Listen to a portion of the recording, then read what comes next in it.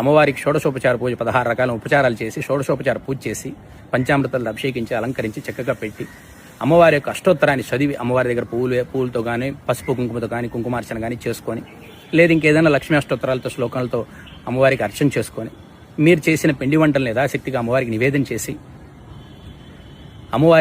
చేసి అమ్మవారికి మంగళహారతులు ఇచ్చి తోరణాలకు పూజ చేసి తోరగ్రంథి పూజ బుక్లో ఉంటుంది, తోరగ్రంథి పూజ చేసుకొని ఒకటి అమ్మవారికి కట్టి ఇంకొకటి మీరు కట్టుకోండి. మీ ఇంట్లో అత్తగారు ఉంటే అత్తగారు, లేదంటే ఆడపడుచులో, లేకపోతే తోడికోడల్లో, లేదంటే ఇంకేదైనా ఇంటికి ముత్తైదులు పిలిపించుకుంటే వాళ్ళకి తోరణాలు తీసి పెట్టుకోండి.